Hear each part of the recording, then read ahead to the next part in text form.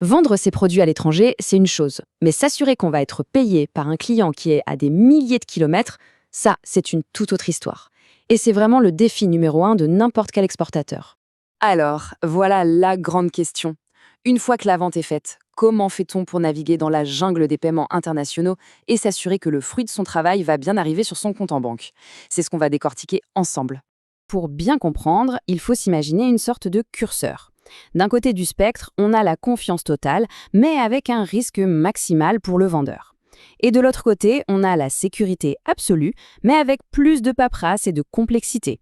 Tout l'art est de savoir où placer le curseur. Voici notre feuille de route. On va commencer par le problème de base, ce fameux dilemme. Ensuite, on explorera les solutions, des plus simples aux plus blindées, et on terminera par le plus important, comment choisir la bonne stratégie pour chaque situation. C'est parti. Ok, première étape. Tout commence avec un conflit d'intérêts qui est vraiment au cœur de chaque transaction internationale. C'est un vrai casse-tête. C'est assez simple à visualiser, non?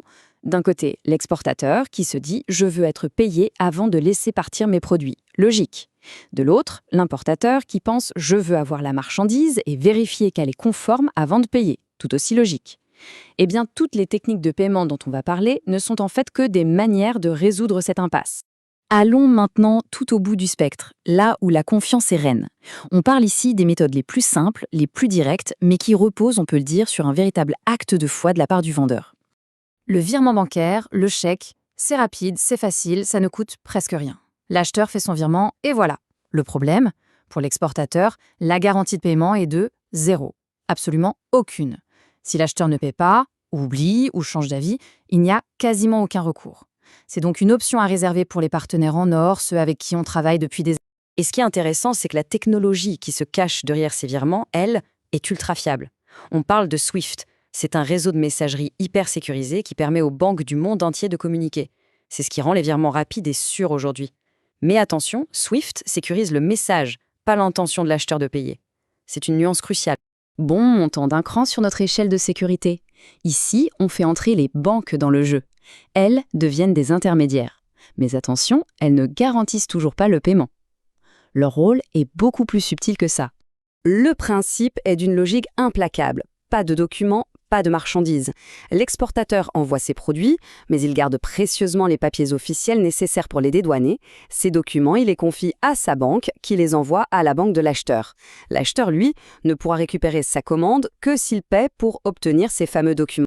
Et voilà le point absolument crucial à comprendre ici. Les banques agissent un peu comme des facteurs de luxe. Elles transmettent les documents, elles encaissent l'argent, elles suivent les instructions à la lettre, mais elles ne prennent aucun engagement personnel. Si l'acheteur décide au dernier moment de refuser les documents et de ne pas payer, la banque s'en lave les mains et l'exportateur se retrouve avec sa marchandise bloquée à l'autre bout de la planète. Alors, dans cette famille, il y a deux variantes. La première, c'est document contre paiement. C'est simple, l'acheteur paye immédiatement pour avoir les papiers, c'est la version la plus sûre. Et puis, il y a document contre acceptation. Là, l'acheteur ne paye pas tout de suite. Il signe une promesse de payer plus tard, une sorte de traite. Il récupère la marchandise et l'exportateur doit attendre l'échéance pour être payé. Forcément, ça rajoute un risque de crédit. On arrive maintenant au sommet de la pyramide de la sécurité, la Rolls-Royce des paiements internationaux. Ici, la promesse de paiement ne vient plus de l'acheteur, mais directement et formellement de sa banque. Le crédit documentaire, qu'on appelle souvent CREDOC, c'est un engagement en béton armé. La banque de l'acheteur dit en substance à l'exportateur « expédiez la marchandise et si vous me présentez exactement les documents listés dans notre contrat, je vous paierai, quoi qu'il arrive ». Et là, tout change. C'est une révolution. L'exportateur n'a plus à se soucier de savoir si son client est solvable ou s'il est de bonne foi. Le risque est transféré. Son seul interlocuteur pour le paiement, c'est désormais la banque de l'acheteur, une institution financière solide. C'est un changement de perspective énorme. La beauté de ce système, c'est que toute la mécanique est mise en place avant même que la marchandise ne quitte l'entrepôt. L'exportateur attend de recevoir la confirmation officielle de l'ouverture du CREDOC. Une fois qu'il a cette garantie bancaire en main, il peut lancer la production et expédier en toute sérénité. Il sait qu'il sera payé s'il fait son travail correctement. Et il y a un mot magique à retenir. Irrévocable. Ça veut dire qu'une fois que la banque a émis son engagement, personne ne peut revenir en arrière. Ni l'acheteur, ni la banque. Impossible d'annuler ou de changer les règles du jeu sans l'accord de tout le monde, y compris celui de l'exportateur. C'est la clé de voûte de cette sécurité. Mais alors, on pourrait se dire, pourquoi toute cette complexité? Pourquoi ne pas juste faire confiance aux clients? Eh bien, parce que dans le commerce international, le risque ne vient pas toujours de là où on pense.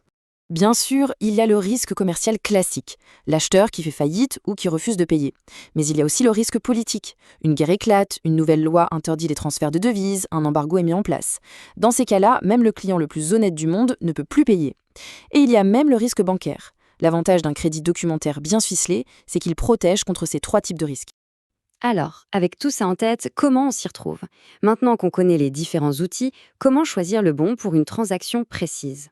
Ce tableau, c'est un peu notre boussole. À gauche, le virement. Simple, pas cher, mais risqué. C'est parfait pour un partenaire de longue date. Au milieu, la remise documentaire. C'est un bon équilibre pour un client qu'on connaît un peu dans un pays stable. Et à droite, le crédit documentaire. C'est l'artillerie lourde. C'est plus complexe, plus cher, mais c'est l'assurance tout risque. Indispensable pour un nouveau client ou un marché jugé sensible. En fin de compte, il n'y a pas de solution miracle qui marche à tous les coups. La bonne méthode, c'est le résultat d'un arbitrage intelligent. Un équilibre à trouver entre le niveau de risque qu'on est prêt à prendre, le degré de confiance qu'on a en son partenaire et les coûts que l'on est prêt à engager pour se sécuriser. C'est une pure décision stratégique. Et il ne faut jamais, jamais prendre cette décision à la légère. Parce que les enjeux sont énormes.